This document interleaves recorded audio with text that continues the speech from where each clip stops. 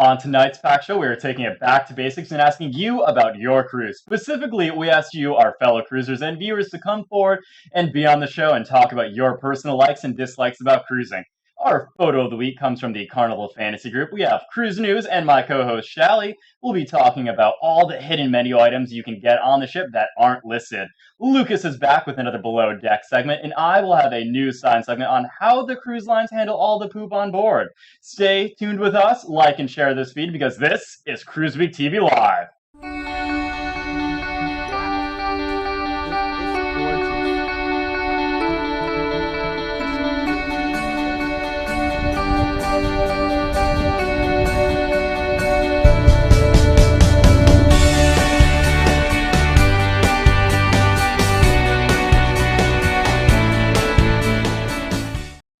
Our show this week is brought to you by the folks at Good Memories Travel and by vMix. Good evening, cruisers, new and old, and welcome to another CruiseWeekTV Live show. I am Matt, and thanks to our producer Bird, I am still a newbie cruiser with just a couple of cruises under my belt. I aim to find out all there is to know about cruising by asking questions of experts and fellow cruisers alike to expand my knowledge and find the best tips, tricks out there, and to share them all with you. If you missed the pre-show at 7:50, we asked the question, what is the weirdest thing you have ever seen on a cruise? And we got some interesting answers there. If you want to see what they are, you can scroll back up in the comments later on and find out. Shally is here with me tonight, and she is going to give you some great tips on food items that are available but not listed on the standard menu and how to get them. But before we find out all of that, I want to tell you, with the recent hurricanes, there are a few ports that are closed and may remain closed for a while. Those ports are St. Thomas, St. Martin, Tortola, and Key West, with St. Martin and St. Thomas closed for weeks and possibly months for repairs. If you were planning on a cruise before Christmas that involved those ports, expect an itinerary change. Our photo of the week comes from the Facebook Carnival Fantasy Past, Present, and Future group. This was sent in by Andre Marshall, showing his family on a shore excursion off the Carnival Fantasy. It looks like they're all having a great time. We pick a new photo each week to feature from Facebook, or if you have one that you think we should feature, you can also email it to us at photos@CruiseWeekTV. The Eastern Caribbean took a beating September 2017 from a pair of powerful hurricanes, forcing cruise lines to make long-term changes to the Caribbean cruise itineraries. Hurricane Irma inflicted serious damage on islands, detrimenting cruise line businesses, including St. Martin, Tortola in the British Virgin Islands, St. Thomas and St. John and USVI, Grand Turk and Turks and Caicos, and St. Bart's. Less than a week later, Hurricane Maria roared through the region, devastating Dominica and Puerto Rico. But the Caribbean is a large place, and the cruise lines have options for alternative ports, even for their biggest ships. Among them are the three ports in Jamaica, Ocho Rios, Falmouth, and Montego Bay, Grand Cayman, Belize, Roatan, Mexico's Cozumel and Costa Maya, and the islands of the southern Caribbean, Aruba, Curacao, and Bonaire.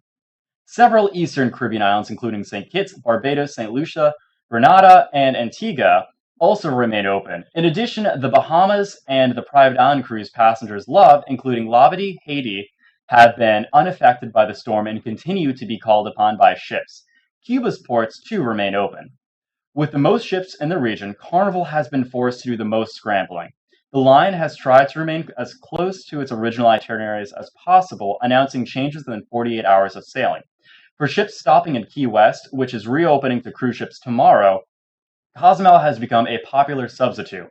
On the line's short cruises, Grand Turk has been replaced with Bahamas ports such as Nassau and Freeport. Longer sailings have been switched to Western Caribbean or gone to alternative Eastern Caribbean ports such as Grenada, Barbados, St. Kitts, Antigua, and St. Lucia. We hope that the islands most devastated will get help because for the most of the islands, the cruise ships were their only income. The cruise industry is hoping to find an alternative route to open Venice back up to larger ships. According to a carefully prepared statement from CLIA Europe, recent regulations have restricted ships from sailing into Venice to be no more than 96,000 tons, causing a steep traffic drop-off for the port. Cruise companies have come together like never before to cooperate, finding a solution. They have simulated access via the Vittorio Emanuele III Canal at Maritima, an excellent passenger terminal in Italy and in the world, which remains fundamental, the statement said. Carnival, Royal Caribbean, and MSC have all run simulations on large ships utilizing the route recently.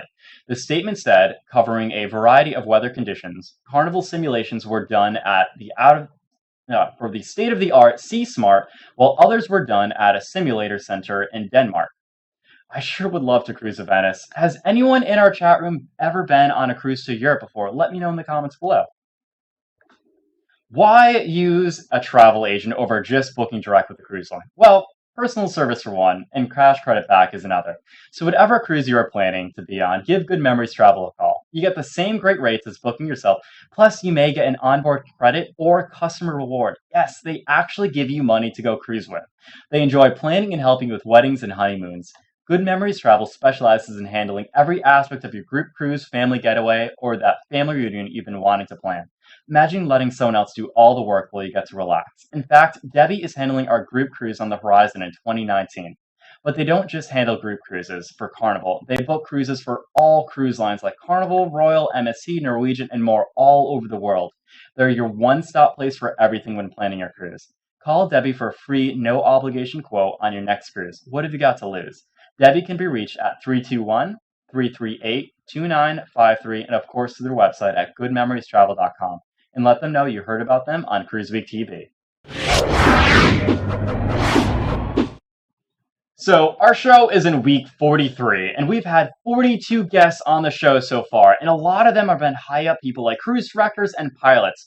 We thought, let's take it back to our roots this week and talk to some fellow cruisers about what they got into the cruising and the ships they've been on and how they like it. So we reached on to Facebook groups and got a reply from a cruiser called Shelly and her husband Thomas. So we asked her and him to join us live tonight and talk about their love of cruises and their experiences. Welcome to the show, Shelly and Thomas. Hi. Hey. How are you guys doing today? Good. Yeah, we're doing good. Nice. So you guys are pretty avid cruisers. Let's start off with, how many different cruises have you been on so far? Seven. Seven. Yeah. 6 to 7. Okay. Now, have those all been different types of cruise lines, or are you kind of stuck with one type of company? Because I know some people who are very like pro Carnival, pro Royal, and they only go on those ships. What do you guys normally do? You know, we've always been on Carnival. Yeah, All right. of the cruises were on Carnival. Yeah, we're trying to stick with Carnival right now, and then we'll switch it up later on down the line. Nice. How many different ships have you sailed on with Carnival? Have they all been pretty much the same one, or have you done 6 individual or 7 individual cruises itself? 5 different ships. Was it 5 or 6? Oh, yeah, okay. Yeah. Because we did the Pride twice. Nice. I've been on the Carnival Triumph and the Carnival Magic so far. I'm not familiar with all the different types of ships, so the ones that you guys have been on, were they larger ships, smaller ships, or what type were they exactly? Well, I think the smallest ship we've been on was what, the Ecstasy? Yeah, the Ecstasy and the Fascination. We did those. And then the biggest one right now is the Sunshine And the Glory. And the Glory. Do But we are doing this the next year. Do you guys prefer smaller type of ships or larger type of ships, and why? But it depends on the style. The Pride, we like the Pride. All the ships, were okay. They're easy to navigate. The Glory, that was harder to navigate. It was a larger ship, but it was, harder to navigate. Now the Sunshine, didn't like the layout of that ship. Yeah. So we just, prefer. The Pride was the easiest to navigate, but and I the don't. Ecstasy. Yeah, I don't know the classes of the ship, but that type of ship is the one that we like the best. Yeah. Now, you guys have a pretty large family as well, several kids. Do you guys go for what type of cabins exactly? Well, we've done interior, and then when we were on the Sunshine this past June, we went and we got a suite because we didn't have to fly, drive, take a bus, anything. We, port is right up the street from the house, so we decided just to go with a suite. Well, that's nice. I have not been in a suite cabin yet. I've had to share it with Bird, and everything's kind of fine with that. But the last one we were on, he was kind of on like this bunk bed thing where he had to climb up a ladder, and he would always like to throw pillows off of it at me. But yeah. Oh, we have a question coming in from Shelly, actually. Hey, I Shelly. have a question. Do you feel like for your family that doing a cruise vacation is more affordable than a land-based vacation? Was there 4 people in your family? And we travel usually with 5, and it is more Okay. affordable because you don't have to worry about washing clothes unless you do more than 7 days. You don't have to worry about cooking, cleaning, all everything is included, and then the entertainment as well, that's included. So unless you want to opt to buy or do anything extra like the excursions, it's more affordable. I definitely agree with that. Just because a lot of times, with cruises, all the food is included, which I think is a really big aspect on family vacations, and that's very costly. I mean, if you go to a restaurant, that's about like $12, maybe $15 per person, so that one night's almost a couple $100. That's ridiculously overpriced to me. The only, I think, expensive part about taking a cruise is if you're not in a local area where you can just drive to it, flying down can be pretty detrimental. But you guys said you're relatively close to a port, right? Right. Right now, we're in Norfolk, but Carnival, they won't be going out of Norfolk after October of this year. Mm-hmm. Is that when you think you're going to switch to another cruise line, or do you think you're going to have to fly down to a different port? Well, we can always drive to Baltimore, and then we can, or drive to New York. Charleston is, pretty much, that's a 6-hour drive, 5 to 6 hour drive. So that's, and we've driven to Miami, so that's possible too. Fair enough. I bet that Miami car ride would have probably taken quite a long time, though. I think Bird and I took a port out of Miami once. Is that correct? I want to say Miami. Fort Lauderdale, sorry, he corrected me. And that was, I think, a couple-hour drive. Not great. I personally hate driving. My other host, Joe, absolutely loves driving. He just drives anywhere. He's like, "Oh, I'm going to drive to Arizona." I'm like, "Why? I don't get it. There's no reason to. It's terrible." Anyway, back to cruise questions. So, with all the cruises that you've been on, which ship had the most memories involved, or what was like the most memorable experience you guys had so far? Well, the Pride, we loved the Pride only because we met some lifetime friends on that ship. And then we liked the Glory because we also met friends, and then we also we cruised with them again, and next year we'll cruise with them. But the Pride is probably the most memorable one for me, because of the friends that we made. Hey, Adrian. Now, have you guys done group cruises in the past with other people where you kind of randomly meet people, or have you met your friends just at social events or bars, or how do you normally intermingle with other people? Yeah, we did meet. One thing we went on a Facebook group.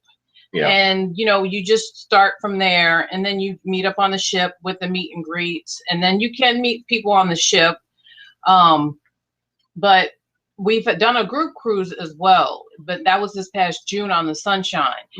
But I think for us, we do start off like in Facebook groups, and then it'll spur on to the ship. Nice.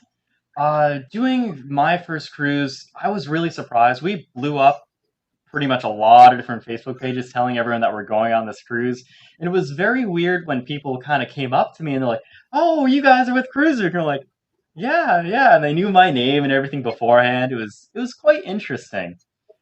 For the first time around as well, I got the drink card, and that really helped me kind of intermingle with people, because after the third or fourth day, I would see the same people at the bars every single time, and I just talked to anyone there. The Carnival Triumph, which was the last one I was on, I didn't get the drink card, and I really noticed a difference that I was not socializing with a lot of people as much. just because I wasn't at the bar that often or any of these locations at a specific time. Do you guys normally get the drink cards, or are you guys not big drinkers, or just kind of get like a beer here and there? The Sunshine was the first time we didn't get the drink package, but all the other times we have. So Fascination. oh yeah, the fascination we didn't get the drink package only because it was a lot of ports, so we weren't gonna be on the ship a lot, you know, to be drinking. So it was, you know, but I mean, we found ourselves socializing either way. So I mean, for us, it wasn't really a, you know, make or break. Do you think having the drink card was worth it? I'm a really big drinker myself, so it's definitely worth it for me. But some of our audience members and some of our friends that are watching right now as well, they're kind of debating whether it's worth it or not. So what's your opinion on the drink card? Like pros and cons? Oh, I'm for it. I think it's worth it. I mean, you're talking about 15 drinks in a, you know, per day, which is a lot, unless, you know, you don't care about your liver. But, you know, I think it's definitely affordable. And I think it's, you know, if you break down the math, I think it averages out to about what, maybe $7-8 a drink. So, you know, unless you're not a big drinker and maybe 2 or 3 is your limit, then I wouldn't get the package. But, you know, if you can hold your liquor, I would get it. I definitely agree with that. The other thing that's included in the with the Cheers package or the drink package is you can get water, you can get the special drinks, the special the shakes, you know, all that's included, and you can get soda with it now. So that makes it more affordable as well, because if you're you know, if you don't feel like drinking that day, you can just get soda or whatever the juice, and then you always can rack up on water. Yeah. Oh, and one piece of advice too, if you do decide to get the drink package, order it before you get on the ship because it's cheaper. Once you get on the ship, it's about it's more expensive. I know that. So definitely get it. Were there Either you can any purchase it on the difficulties? website. Were there any difficulties getting the drink package with having kids underage? Because I know are you able to have underage people in the cabin with you if you do get the drink package, or no issues at all? Oh yeah. Good to know. Yeah, never any issue. We usually, if we decide that we're going to get it, we always go on to the fun shops and we buy it ahead of time. We just pick, you know, everybody in the group, and you know, Carnival's not going to let you, you know, pick an underage person and get it. So yeah, good point. Good point. So how do you guys end up planning your family getaway together? What type of kind of steps do you have? Because there's a lot of different family members that are watching us, and they're kind of unsure on how to take that first initial step to kind of just, boom, let's go on a cruise. Well, we first decide on the port that we're going to go, and then we decide on the ship, and then we'll decide, oh my gosh. But then we'll decide on I guess when, you know, the kids have vacation, or if we're going to go by ourselves, you know, that's what, you know, makes the decision for us. Yeah. Then we, you know, and then we kind of do it like a year out, so we don't factor in the cost until it gets close to being paid off.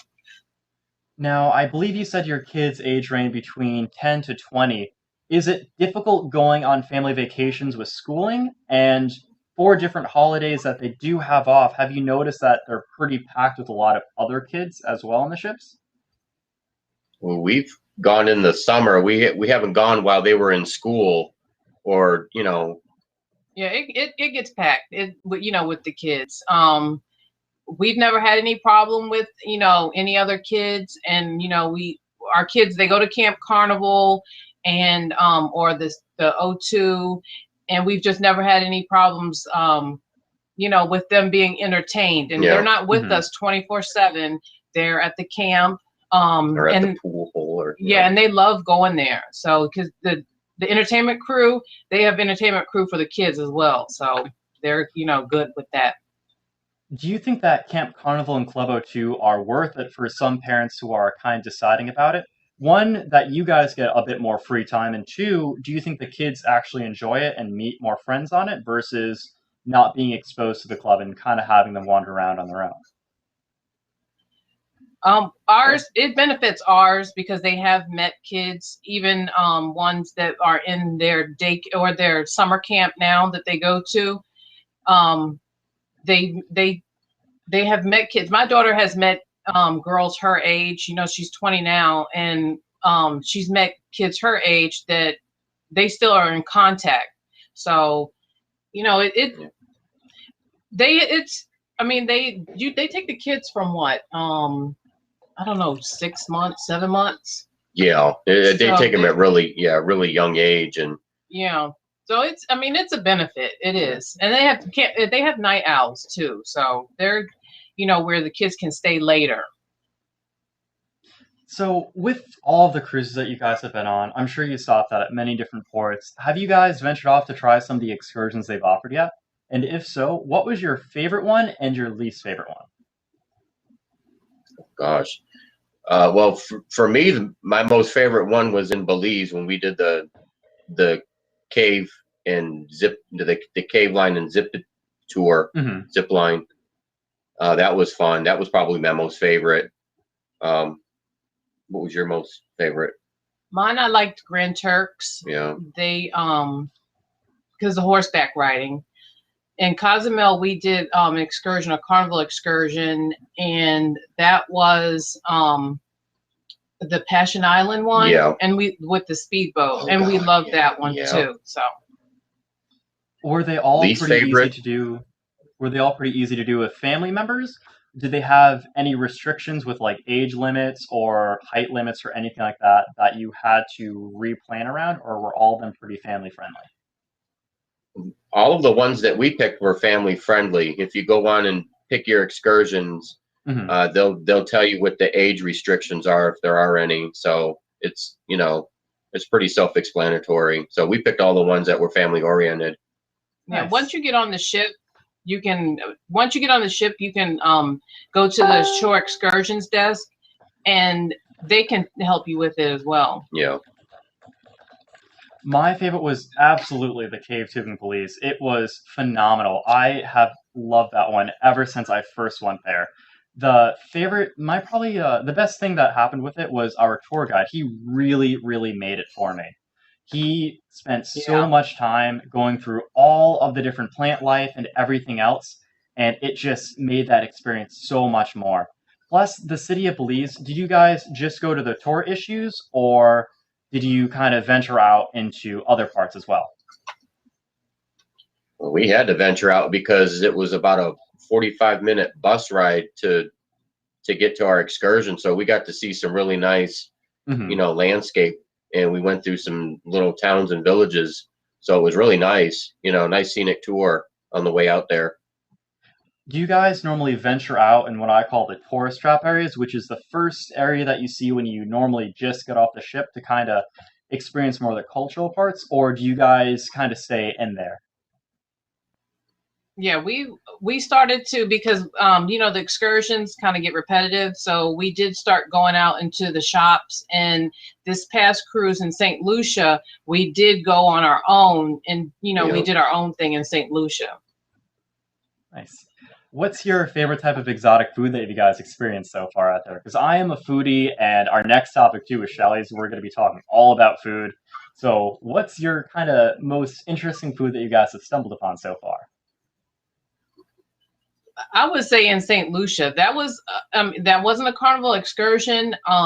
We found him in our Facebook group, and that he took us to different places, and we stopped at a restaurant to have food, and they had like, what is it, breadfruit? Yeah, breadfruit. Yeah, there was a whole he just let us try out a whole bunch of different stuff in his garden that we went to.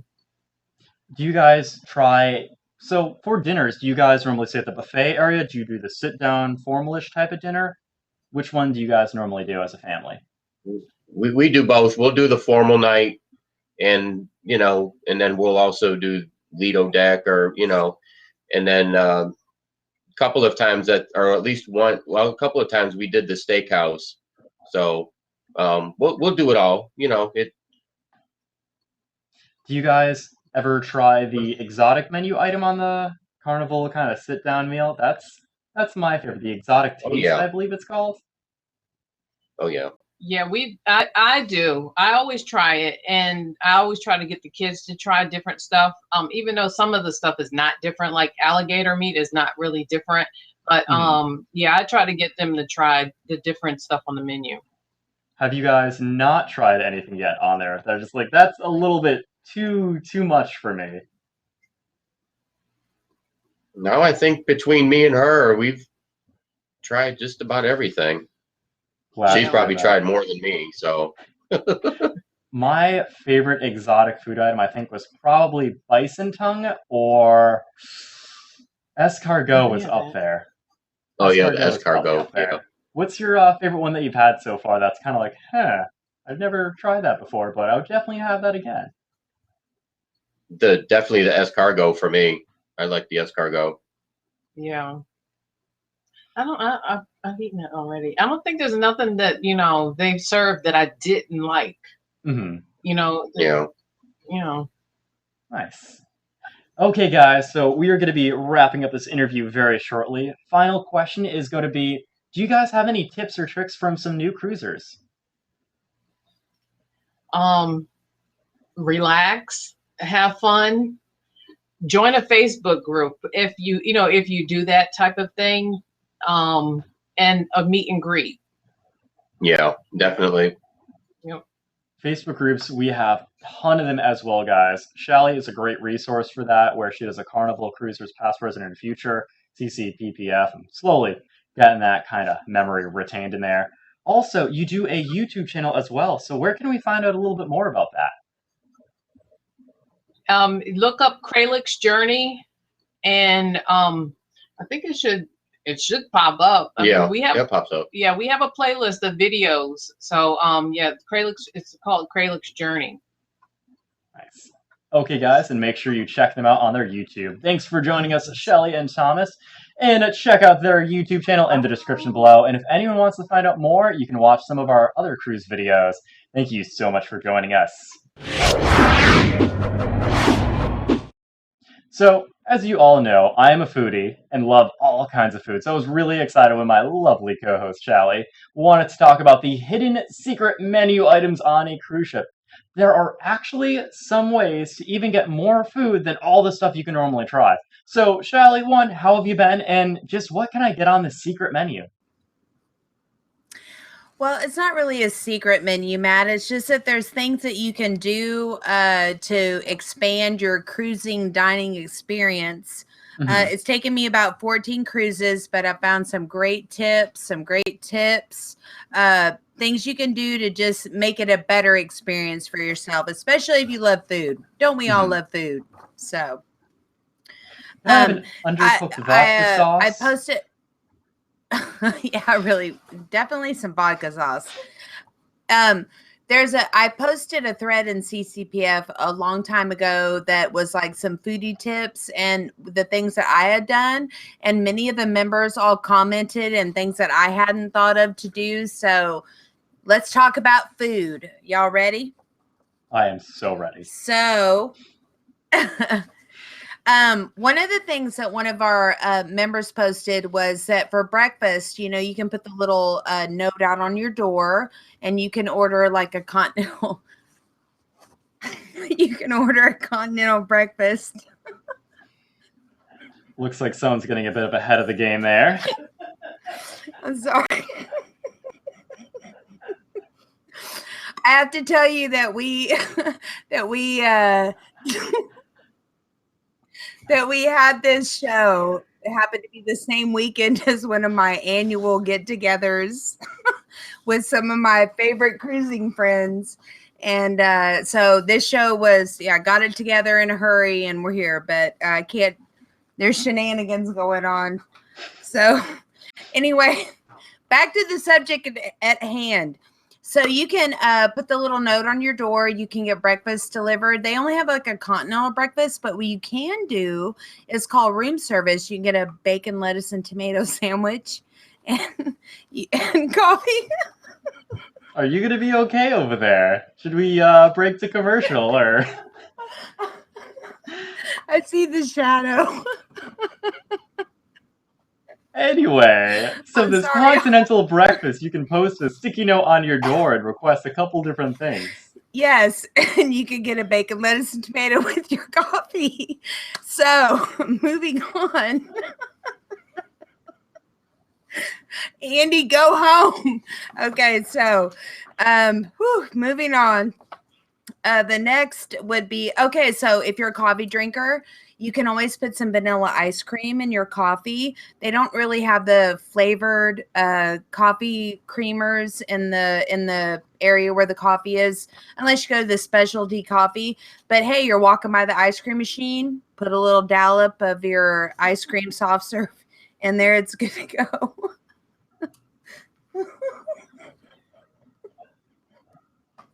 I'm trying to keep it together, y'all.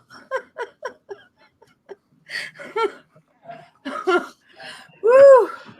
So, Okay, while you take another sip of wine, you can also get, so like she was saying, you can put some vanilla soft serve ice cream in your coffee and almost make a coffee shake as well. And I've actually used that quite a Yes. bit as well, because I am a pretty big avid coffee drinker.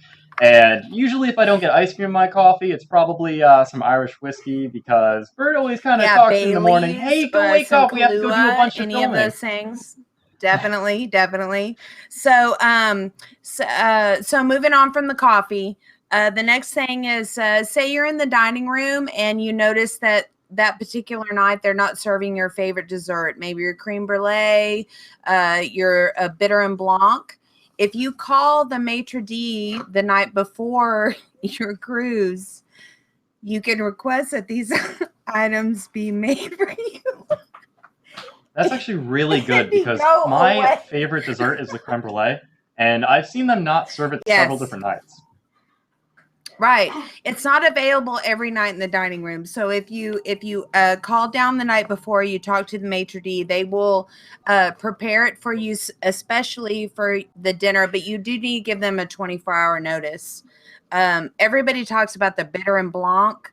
I haven't actually had a chance to try that in all the 14 cruises I've been on, but it's supposed to be really good, but it's not an every night option. So you can call down there and have it made. Another little tidbit that you might not know, anytime you're in the main dining room, you can order a banana split, or you can order several different varieties of macaroni and cheese, and it's really good. I mean, you're at breakfast, nothing sounds good, you're hungover. Oh, I'm going to get a banana split. It seems like the perfect remedy for the day. I would You go can with get mac and bacon cheese macaroni and still. cheese, jalapeno macaroni and cheese. Ooh. You can get whatever you want anytime you're in the dining room.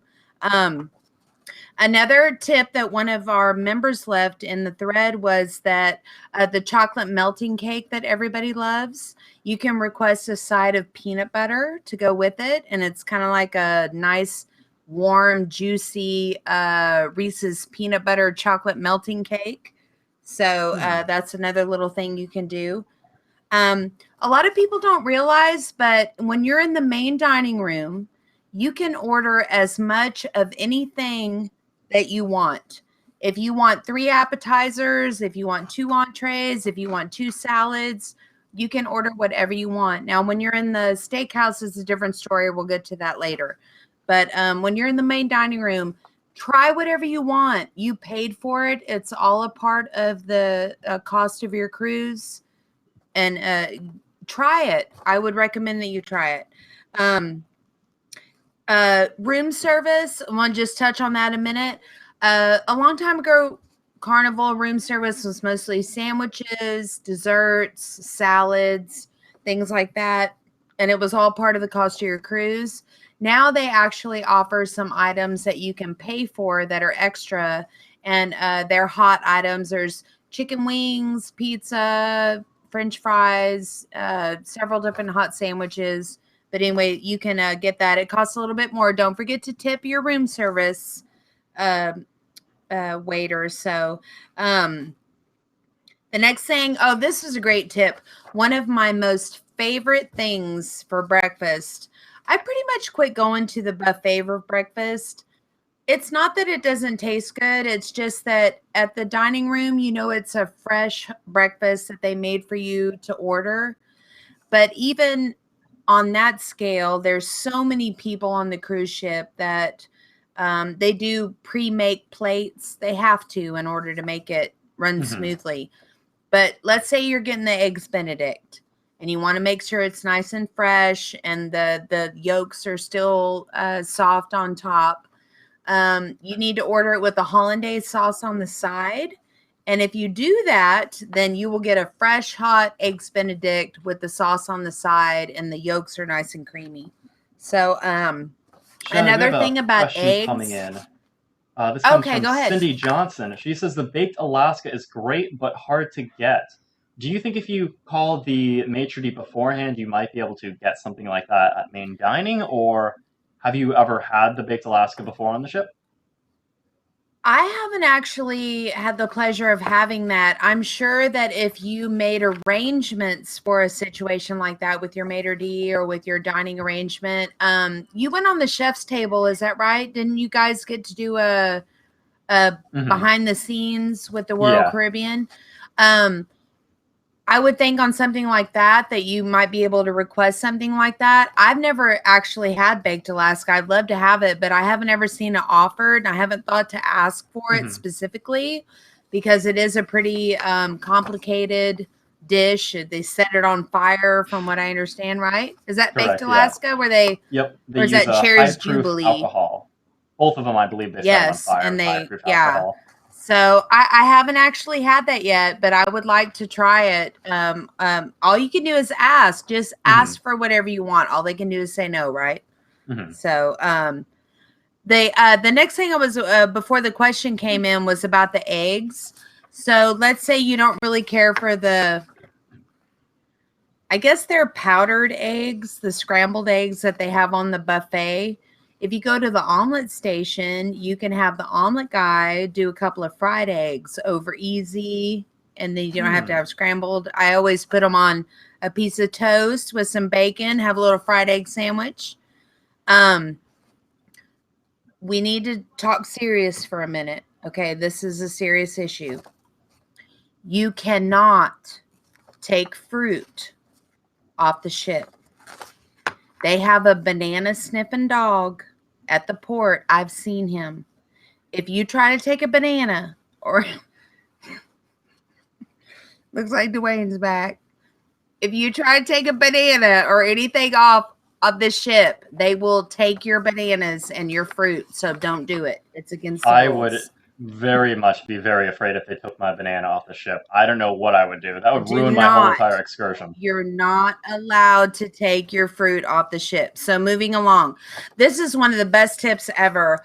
It's late at night. You need a snack. You don't want to wait 45 minutes for room service. What did you plan ahead for? You were at dinner in the dining room. You ordered a cheese plate. 5 or 6 kinds of cheese. You got your fruit. You got some crackers. Order 1 or 2, take them back to your cabin. When you stumble in at 3 o'clock in the morning after you've been partying, you got a fresh cheese plate waiting for you, ready to eat. That's my favorite snack ever. If you're a vegetarian or you're vegan, order the Indian style vegetarian entree in the main dining room as an appetizer. It's really big. You can split it with the whole table. You can try some different things. This was another really good tip. I can't believe I didn't think of it myself. Go to Guy's Burger. They have the standard Guy's Burgers, right? You got this, you got this, you got this. This one lady said, take your burger, tell them you just want the meat and the bun. Go over to the deli, get you some Swiss cheese. Go over to the little buffet at the Guy's Burger joint, put some sauteed mushrooms on there. Boom, you got a mushroom burger. It's delicious. Go over to the Blue Iguana Cantina, get some guacamole, get some pico de gallo. Boom, you got yourself a Latino burger. That's all you just have to have a little bit of imagination there. So also Guy's Burger has veggie patties, and so you can make a vegetarian burger with your french fries. And also Blue Iguana, their refried beans are vegetarian. They have no lard in them, so you can get a refried beans and not worry about it if you're a vegetarian. So you can do you can make a bean burger with guacamole. The sky's the limit. They no longer have the fish and chips on most of the ships. I don't know if they have completely done away with them, but I know that they were phasing them out, which is a disappointment because I love the fish and chips. They had a nice, big, thick piece of cod. It was good with the tartar sauce. It was great. But now they have the Seafood Shack. I haven't tried them yet, but we will be trying the Seafood Shack on the CCPPF 4th annual. Going to get a lobster roll. Number one place that he wanted to stop at. I believe, he was there all the time just to go to the Seafood Shack. And I'm not actually sure if he made it there on time. The biggest issues with some of these restaurants is knowing exactly when they're open. Because I always walked by a bunch of them and they just were never open. I'm like, but I want to try my chicken tikka masala and other stuff. I might be wrong, but I think the Seafood Shack is more of a lunchtime venue, as well as Guy's Burgers. I know that some of them are not open in the evenings. Gigi's Asian Kitchen, we're doing that on the group cruise. We did have to make reservations for that. You can do that when you manage your cruise on carnival.com. But we're doing that and the Seafood Shack. But the only one that asked for reservations was Gigi's. So we're going to try that too. I would like to say, as we're concluding the show here, we're getting to the end. If you're on your cruise, you paid the money to go, that most of the food's included, try something new. Try some fried frog legs. Well, they're not fried. They're broiled in the dining room. Try the frog legs. Try the escargot. Get the chilled strawberry bisque soup. Just try something new. Something I've always taught my son is that if you don't like it, just spit it out, right? You don't have to eat it, but why not try it? Why not give it a try? There's so many things out there that you've probably never even thought about trying and that you should try. So, in the steakhouse, spend the $35 at least once. Go to the steakhouse, get a rack of lamb, do the escargot. Something you might not know about the steakhouse is that although you can only get one entree, if you want to try a couple of different appetizers, if you want to try a couple of different soups, they'll bring it to you. They won't bring you 2 steaks. They won't bring you 2 lobster tails, but the appetizers, the salads, any of that stuff, they'll let you order more than one and it won't be an extra charge. And it's definitely worth it because the steakhouse, I mean, I absolutely if you've never tried a rack of lamb, I mean, if you've never had a steak that was dry aged, I mean, it brings a whole new meaning to a steak. And this is coming from the Texan as well, so you must know it's a good steak. Yes, I know my beef. Okay, I know what I'm talking about. So, but anyway, I guess in closing, what I would say, use your imagination. You've already paid for the food. You've paid for the experience, except for any of the additional dining choices. You paid to be there. Why not give it a try? You know, if you don't like it, you don't have to eat it, but why not try it? There's all kinds of things that you may never try. If it's your first cruise, if it's your 20th cruise, give the frog legs a try. Just get them just to see. And if you don't like them, then don't eat them. Give them to your neighbor. But yeah, I mean, they kind of taste like chicken, but not really. They're their own little planet. But I mean, just give it a try. That's what I'm trying to say. Live outside the box. Do something new. Try something new.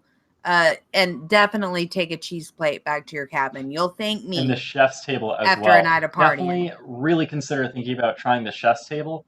Bird and I did that, and it was worth every single penny. We've had some very interesting plating. The plating was phenomenal. It's beautifully plated, and everything was very unique and very complicated to make. But I think they only do it, is it one night on the ship? I think it's and cruisers need to know this. I believe is it $75 per person, Matt? It's Was a that bit what it up was? there. It's a bit costly, but that you are completely full at the end. They give you Right. so many different types of salads. They also give you some complimentary wine. I believe we had two different types, one dinner wine and then one dessert wine following it, and it was absolutely worth it for me. But you do have to be a little bit adventurous because some of the food might look a little bit scary or Right. sound a bit scary, kind of like bone marrow, I believe was one over some of the meat I that we were love bone served. marrow. But it's amazing. It's so good. It's Right. definitely worth a try. So it's $75, but also something that you need to know when you make the reservation for the chef's table, they don't assign the day until you actually get on the cruise. The chef decides which night they're going to have the chef's table. So if you have a group or you have a something going on, a schedule you need to stick with, just remember that the chef's table is not an assigned time. You'll know once you get on the ship when it will be, and you need to schedule around it. So you can't say, I want the chef's table 7:00 on Thursday. They're going to tell you when you come to the chef table. And sometimes Right. they don't even tell you It till might the be day a day of. or two before you get in there. Yeah. Before they tell you. Yeah. But definitely worth it. Well, thank you, Shelly, Yeah, for telling us sure. all about those hidden menu items. Definitely enjoyed it, and there's a lot of people out there in the Oh, comments one that more I'm reading thing. that they love it. They have the on a couple of cruises I've been on lately. I guess I either missed it before or maybe I didn't pay attention, but they have like the tasting. Like they'll have a little section set up, usually on the deck 5 with the promenade. They'll have like I can't remember what they call it. The tasting something. A taste bar. A taste bar. Thank Taste you, bar. Andy. It's a taste bar. And they have all kinds of they have little things that you may never taste before, and it's free. They give you little samples of things that you might be missing out in the dining room, so you can taste different things. It's really good. Andy, get over here. Look, Andy's here when she's been with us the whole time. Hello, it's nice to see the face behind the curtain. I was told, wait, she pulled my microphone out. I was told to say that she's my most favorite. What is it? My most favorite CCPPF cruising diva, other than Dwayne. Okay, well, thank you for joining Great us, show. Shelly, and let's cut to commercial. This show and all of the wonderful abilities we have to bring in guests remotely wouldn't be possible at the level we do without vMix. vMix is the live production software that powers our live show and many other high-end productions, from church services to football games. More and more live productions run on vMix. What our producer Bird really liked when he was trying to improve our show was that they give you a full 60-day trial of everything. That way you can test it out risk-free before you buy for 2 full months. Then they have systems starting from just $350. If you're going to do any sort of serious live streaming, you need vMix. Try it at vmix.com today. Now, Shelly and I have talked about all the food you can put into your body, but now I want to cover what happens on the cruise ship to all the items that leave your body. Yes, up to 6,500 people go on a ship, are all going to go to the bathroom at one point, and it sure makes a lot of stuff add up. And no, there isn't just a big pipe out of the back of the ship dumping it out like a nautical version of National Lampoon's Family Vacation. They actually do a surprising amount of work on it. I bet you never know your poo was so pampered, but you will in a moment. Okay, so this week for my science segment, I found something that made me go, But before I get into all the details, I want to ask a question. How many of you wondered exactly where your poop goes on a cruise ship? I know the majority of our audience are adults, but there must be a time where this question has crossed your mind. Let's spiral down in this week's segment titled, Everybody Poops. So, where does your poop go when you hit that flusher? The answer is pretty elaborate. For starters, there's a lot of liquid to deal with every day.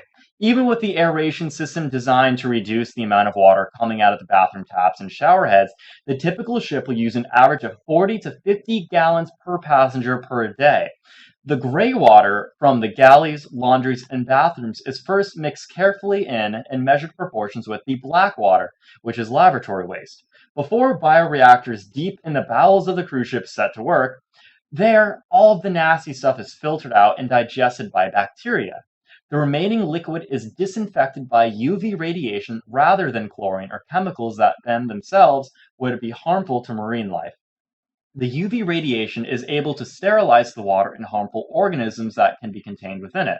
At this stage, and having been monitored for any remaining bugs such as fecal coliform, it is discharged into the sea, being cleaner than the seawater that might have started out before removing the salt. Because it is so clean, some ports have given approval for it to be discharged closer than the required 12 miles from land.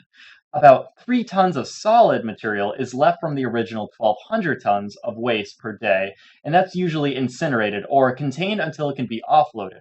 Also, that large sucking noise you hear when you flush is due to the vacuum suction line. It creates a strong vacuum suction to move all the waste through the pipes to the main chamber. These toilet systems are very similar to ones found in airplanes. If you guys enjoy these fun science facts and want me to go over something you're curious about on ships, let me know in the comments below. But for now, I'm Matt, and that was your science facts.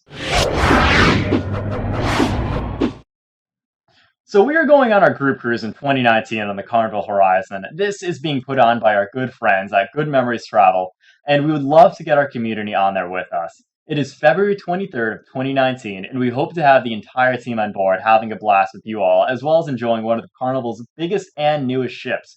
The entry for the $500 drawing has also been extended, so you can be entered into that when you book. There's a webpage for the cruise, and that is CruiseWeekTV/Group Cruise. Let us know what you would like to see on the group cruise since we have never done one before. The entry for the $500 drawing has been extended to December 31st, so go ahead and book and join myself, Bird, Shally, and we can see you all on the ship. Lucas was off last week during the hurricane, but he's back with us this week with another Below Deck segment from yet another new ship.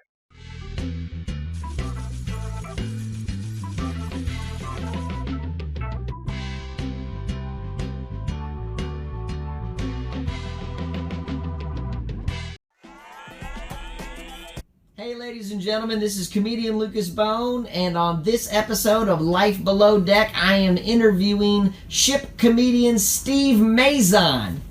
Yeah! Yeah! Steve, I am a ship comedian as well, Yes. and let me ask you, from one comedian to another, how do you go about writing material to perform on a cruise ship?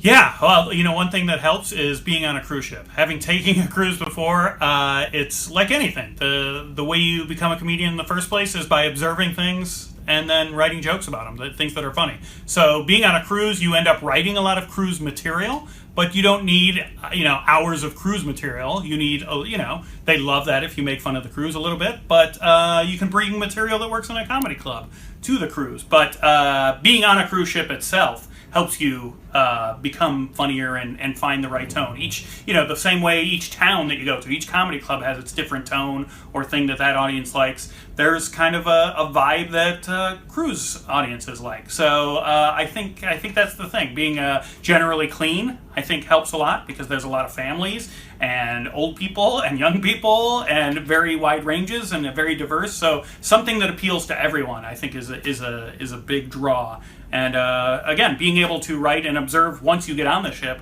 things that are funny on the ship and talk about those. That's always the shared thing that everyone likes about comedy, is like when you talk about things that we've all noticed, and then you talk about them and make fun of them. So it's just like on shore, but a little more specific, I think.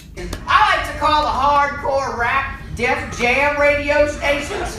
Yeah, because those DJs answer the phone really, really hard. And it's live. You can't edit that out. They answer the phone, they're like, yeah, boy! This is 101.9 WKZQ, dog. This is DJ E-Flow on the phone. Who am I talking to, dog? Who do I got on the phone? I'm like, this is Elmer! Hey DJ, can you play that song? Because you know what it is? Black and yellow, black and yellow, black and... Look at all the old white people over here. They're like, what the heck is black and yellow? What is that? Is that like a bumblebee or something? Well, we're allergic to bees. We didn't bring our EpiPens. We gotta go. Thanks, Lucas, as always, and you can find out more about Lucas at his Facebook page at facebook.com/comiclucasbond.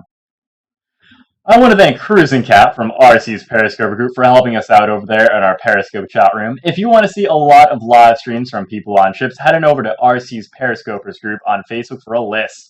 And if you know somebody who will enjoy watching the show as much as you, be nice and share the link out to their Facebook wall so they can enjoy it too. Please like and subscribe to our YouTube channel. Just doing that alone really helps our show and our sponsors in the support and helps keep the show alive each week. Thanks everyone for coming in and joining us. Joe is back next week, and I will be back the week after with maybe a different color hair, but you gotta find out later on. Don't forget, I join producer Bert every Wednesday for our midweek social time on Facebook, where we kick back and have a casual chat with anyone and everyone who wants to jump in. It's a great way for us to get to know you guys a bit better, so be sure to join us on Wednesday at 8 p.m. I'm Matt, and as always, we'll see you on the ships.